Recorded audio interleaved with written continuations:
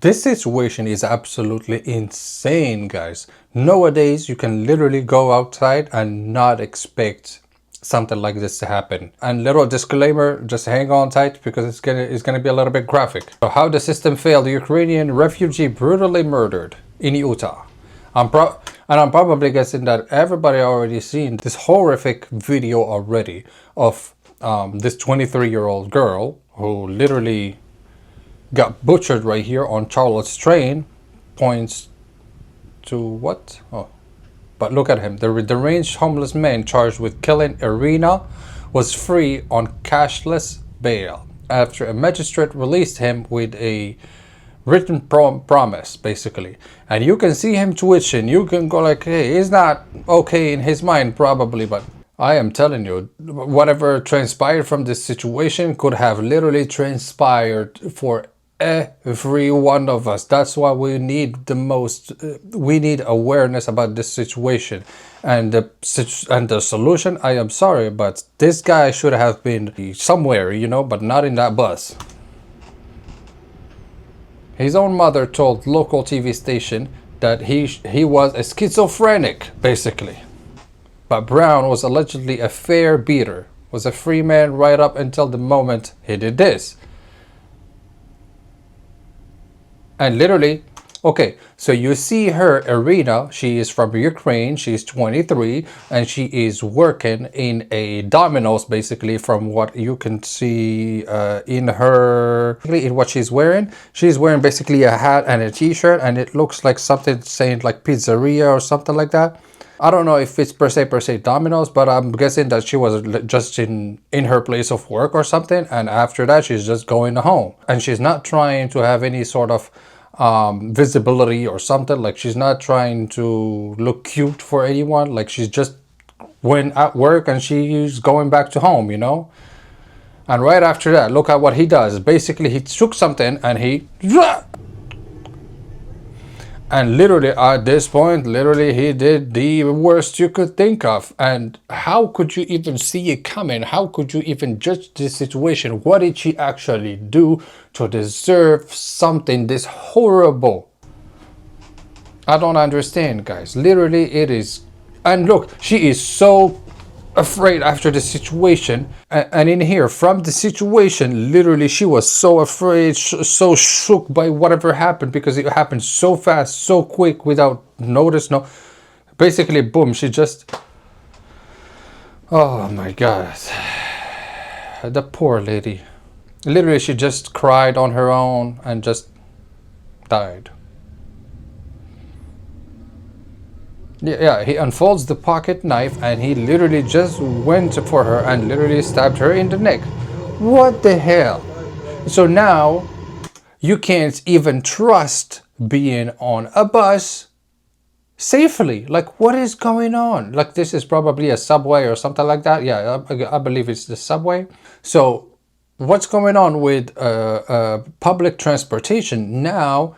You don't feel secure to actually go on them and be like, okay, I'm just gonna sit on my side, not to talk to no one. But even on that, even from that perspective, you're not talking to no one, you're not doing nothing to no one, no whatever, and still somebody deranged that's literally just sitting behind you will literally kill you right there. Like, this is absolutely insane.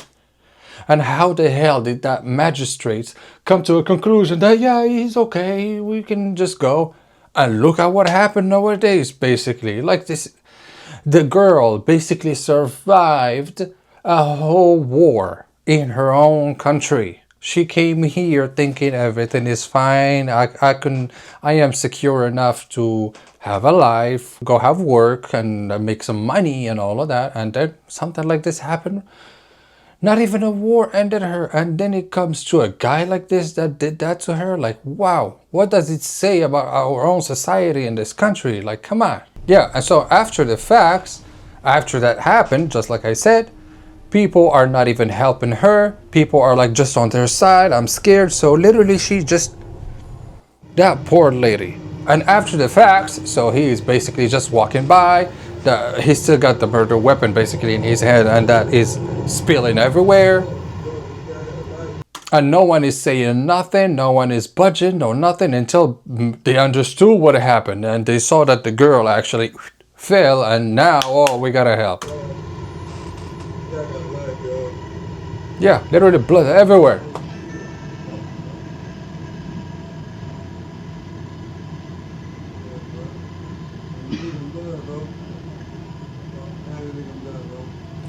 Oh my goodness. And he now is changing his clothes, like, and people actually notice that something is wrong and now going to help her and figuring it out.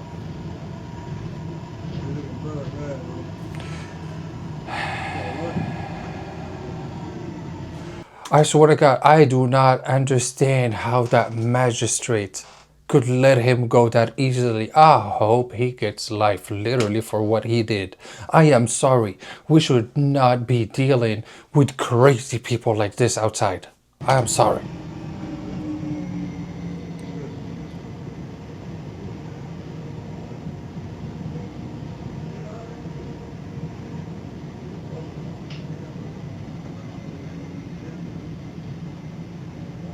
Yeah, go run and get help.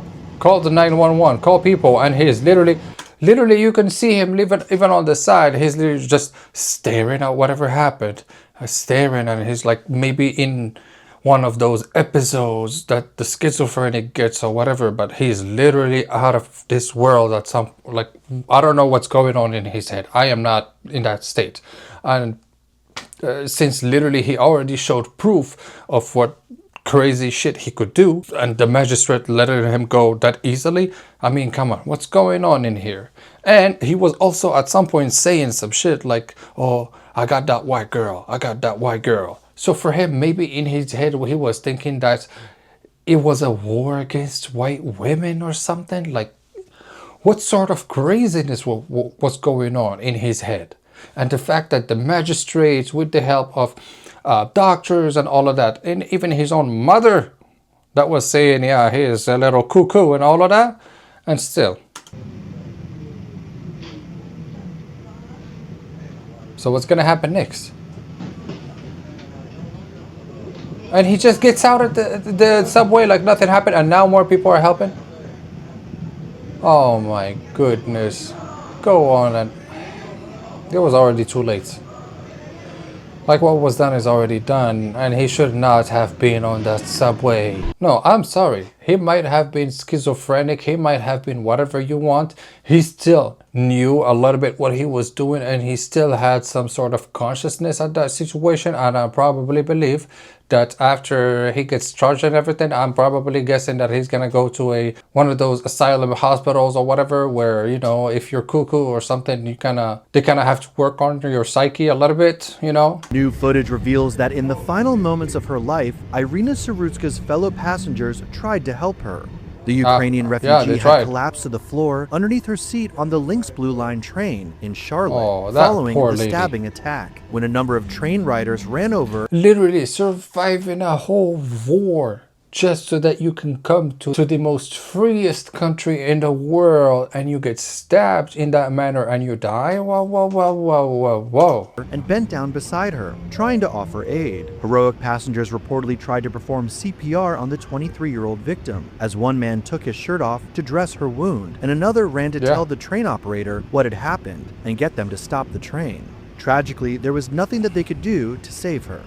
Only moments earlier, the nightmare played out. Homeless repeat felon DeCarlos Brown Jr. was seen sitting behind Sarutska, and she was seemingly absorbed in her phone on her way home from work. He then allegedly... Yeah, literally, she couldn't care less. She was minding her own business. Nothing to care of. And literally, this freaking monster came out of nowhere, and he's going through whatever he's going through. I understand you're going through some mental issues and all of that, but that magistrate, I am telling you, stabbed her multiple times. After the shocking, unprovoked attack, Sarutska looked up at her killer with terror in her eyes. God. She was seen cowering in fear and covering her face with her hands. About 15 seconds later, she felt completely shocked herself by the enormous amount of violence that literally just transpired. It is absolutely insane. That literally shocks me to the core, guys. That shocks me to the point where now I'm like, yeah, there's no way I'm riding any bus or any subway or anything in here because this is absolutely insane. On Monday, the FBI announced that Brown was hit with federal charges on top of the state murder rap he Yeah. already faces. He could face the death penalty if convicted. The career criminal had 13 hope he prior gets the death convictions, penalty. including for armed robbery, and was released without bail and had a trial pending when he allegedly killed Zarutska. Meanwhile, his family said the troubled man never should have been on the streets and that the system failed him. Yeah. He was a high risk. He was Yeah. not in his right mind. He was not safe for society. We know what he has been dealing with the last 3 years, and now an innocent woman is dead, his sister Tracy told the Daily Mail. Tracy's mother told CNN she tried to get Brown placed in a long-term mental care facility, but couldn't because she wasn't his legal guardian, she said. So literally because she was not the legal guardian, she could not actually do anything about the situation. And that's why the guy never actually ended up getting interned anywhere. And that's why, like, they knew that he was cuckoo and he was about to literally do something every single time, because his history shows that every single time he's been doing some shit in his past. And so that's why they were trying to get him to one of those hospitals or whatever, like at least those cuckoo hospitals or whatever, but nothing. So the system has totally failed on this case. God damn, and it ended up with the death of a young woman that should not have died like that. I'm sorry. And it's pretty graphic. And the fact that literally today everybody basically already saw that video. Now we have to talk about it. We have to literally talk about how crazy the situation was, because nowadays, if you can't even go to a bus and just sit down and mind your business and just go somewhere, the situation is pretty dangerous, I am telling you. Carlos Brown has a long history of being in trouble with the law. His criminal record shows 3 misdemeanors And plus you're telling me that he's got a whole history with doing some shit with the law? between 2007 and 2009. He was convicted of felony breaking and entering and later convicted of assaulting and stealing from a man using a handgun. But he served his time for each of the crimes against him. Essentially, what the legislature has done, they have made certain offenses required to have no bond, or at least allow a judicial official to grant no bond. Charlotte criminal defense attorney Aaron Lee says the 2023 Pretrial Integrity Act allowed for more serious offenses like drug trafficking and homicides to go before an elected judge to be granted bond or not. Magistrates use a certain set of criteria to make that decision. Magistrate actually have a findings of fact form, just like they filled out into Carlos Brown's case. And that actually has a checkbox for the magistrate to go over, and it'll say whether or not no bond applies for rebuttable presumptions. Under a rebuttable presumption, there is no assurances that this individual will come back to court or that he will not be a danger to the community. The form lists serious offenses like drug. So how can you actually take the right decision at that point if you don't know if he's good or no for the society, and if you don't really know if he's really gonna do something in the community or no? But look at what happened. Weapons or homicide charges, or was the And I'm not saying that, oh yeah, he should have been sent to jail a long time ago or whatever. No. I'm telling you, if he had mental problems, mental issues or whatever, you have to send him to the proper place. For example, one of those mental hospitals or whatever that he needs help with, and they will probably take good care of him over there, at least, you know. And over there, at least, he will not try and stab a woman. defendant out on bond and committed another offense using a gun or a lethal weapon. None of those conditions applied into Carlos Brown's case, so there was no rebuttable presumption that he was going to be a danger. He didn't do anything out of the ordinary that any other magistrate wouldn't have done. And if the DA's office thought something was wrong with it, they could have brought a new bond hearing for a bond modification. Lee says the dilemma attorneys Yes, maybe in the past. So he committed basically 16 crimes on repeats, and he basically served all of his time every single time. And they're telling you that, yes, we didn't hold him accountable that much because he was not using a gun or like something really dangerous or whatever. Yes, but literally I look at it as an escalation of crimes over violence over crimes to the point where at some point He used a weapon, and he used literally a pocket knife.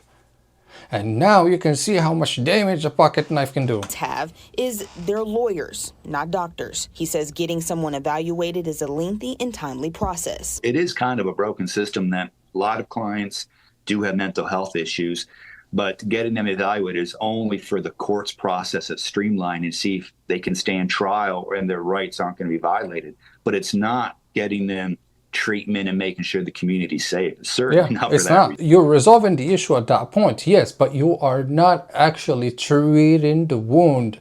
You are just spraying it with a little bit of band-aids or whatever, but after that you are just still left with the whole wound. That's why the problem still was there, and that's why that woman literally died, you know. And I'm sorry, but that guy should not have been on that subway at that point in time, and that woman should not have died. She literally went through a whole war, and literally she died out of the hands of somebody that was kind of crazy and a little bit in his head, and he ended up doing something that would probably now send him to life in jail, you know.